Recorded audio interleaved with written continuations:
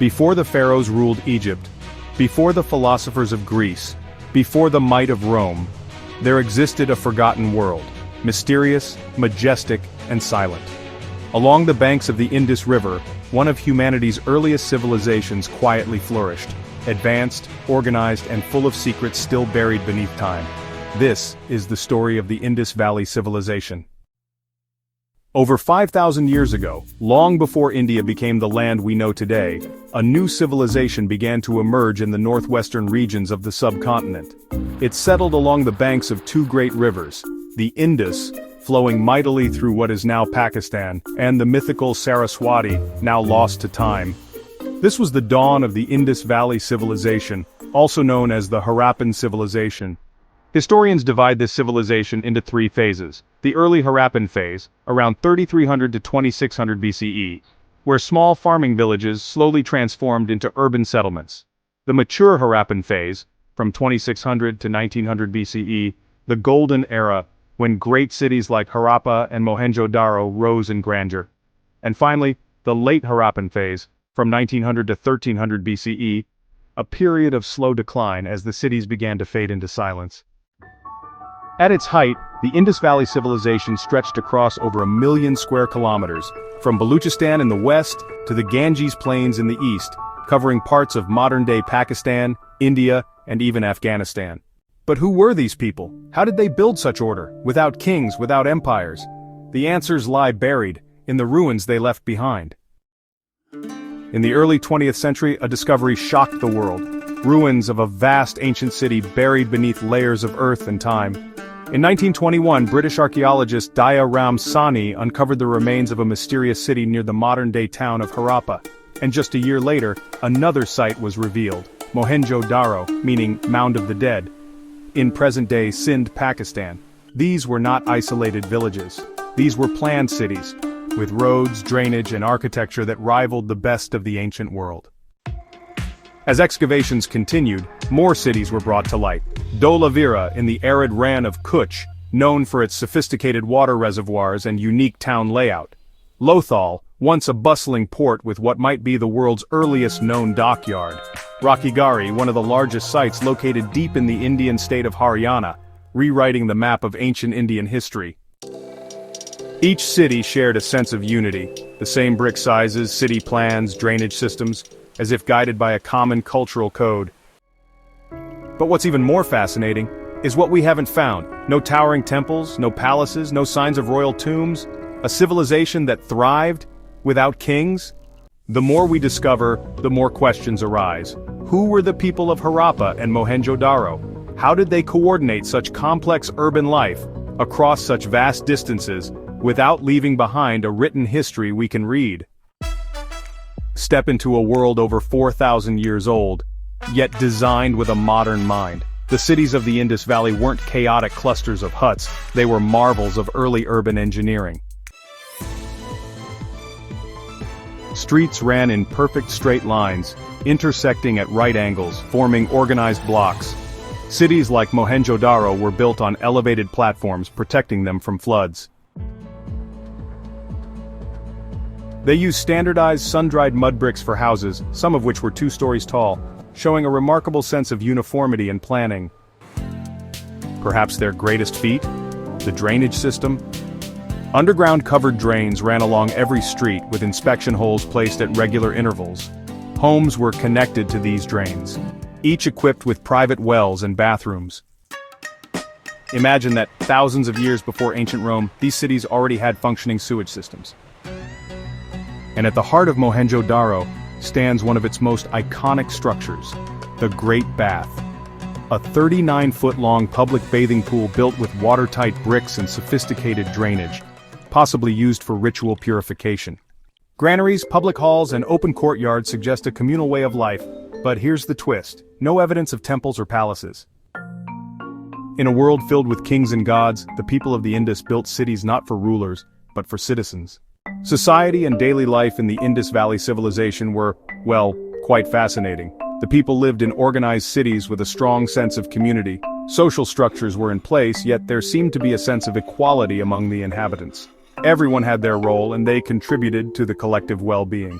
Their daily lives were filled with activities like farming, crafting, and trading. The simplicity and efficiency of their lifestyle were, honestly, ahead of their time. In the heart of these ancient cities, life was simple, structured, and surprisingly peaceful. There were no armies, no swords, no fortresses. Instead, there were artisans, traders, and farmers, shaping one of the most advanced urban cultures of the ancient world. Most people were farmers, cultivating wheat, barley, and even cotton, one of the earliest known uses of it in the world. Others were potters, weavers, metalworkers, and traders. Skilled artisans crafted toys, jewelry, beads, and ceramics that are still found today in excavation sites. Their homes were built from uniform bricks, some even had multiple rooms, private wells, and covered bathrooms. This suggests a society that valued cleanliness, privacy, and structure, with a surprisingly modern sense of urban comfort. They wore simple garments, possibly cotton robes or skirts, but their love for ornaments was clear bangles, necklaces, earrings, worn by both men and women. Children played with clay toys, tiny carts with wheels, animal figurines, and spinning tops. Clearly, they knew how to balance work with play.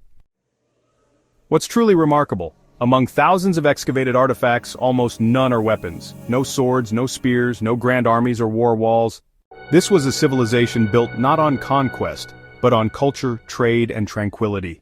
They lived with intention, worked with precision, and thrived in harmony. In many ways, their daily life still speaks to us today. In a world without kings or temples, their art spoke louder than any monument. The Indus Valley people didn't leave behind grand statues. Instead, they crafted stories in clay, stone, and mystery. Delicately shaped terracotta figurines, women adorned with bangles, bulls with strong humps, and even dancers, reveal a glimpse of their beliefs and aesthetics. Their pottery, often painted with geometric patterns or animal motifs, wasn't just functional. It was expressive. Animals were everywhere, carved into seals, painted on pots, modeled into toys. Bulls, elephants, and even mythical creatures like unicorn-like beasts appeared repeatedly. Some historians believe these animals held spiritual or social significance, perhaps symbols of strength, fertility, or deities lost to time. Over 4,000 beautifully carved seals have been discovered, square-shaped stamps made from steatite stone, engraved with animals and a still undeciphered script. These weren't just art, they were identity.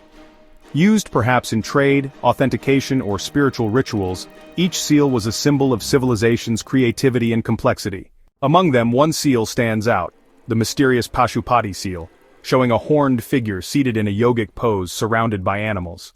Some believe it's a proto-Shiva, one of the earliest links between Indus beliefs and later Hindu traditions. Through clay, stone, and silence, the Indus Valley told stories we still haven't fully decoded. A culture that expressed its soul, not in war or glory, but in art. The undeciphered Indus script remains one of the greatest mysteries of ancient history. Despite numerous attempts, the true meaning of these symbols eludes us, leaving a tantalizing gap in our understanding of this remarkable civilization. Among the ruins of Indus cities, carved into stone and etched onto seals, lies a language lost to time. This ancient script, once a vibrant means of communication, now stands as a silent testament to a world we are still striving to understand.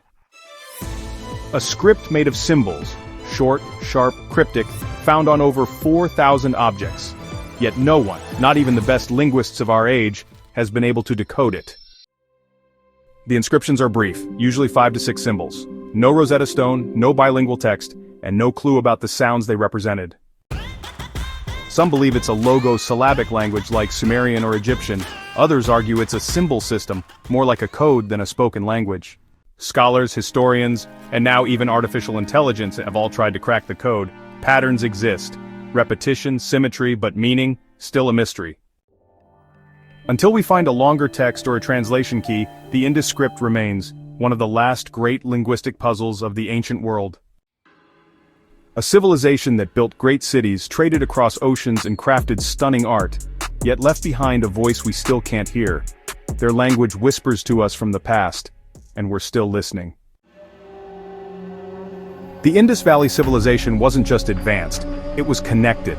Across dusty roads and river routes, its people built one of the world's earliest economic systems, with trade at its heart. Their economy began with the land. Farmers cultivated wheat, barley, peas, and the world's earliest known cotton. With fertile plains and organized irrigation, agriculture thrived. But they didn't just grow crops, they grew commerce. Artisans shaped clay into pottery, carved ornaments from shell and ivory, and made beads so precise they'd rival today's machinery. These weren't just tools or decorations, they were trade goods, shipped far and wide. At the edge of the empire lay Lothal, one of the world's first known ports. From here, ships sailed to distant lands like Mesopotamia.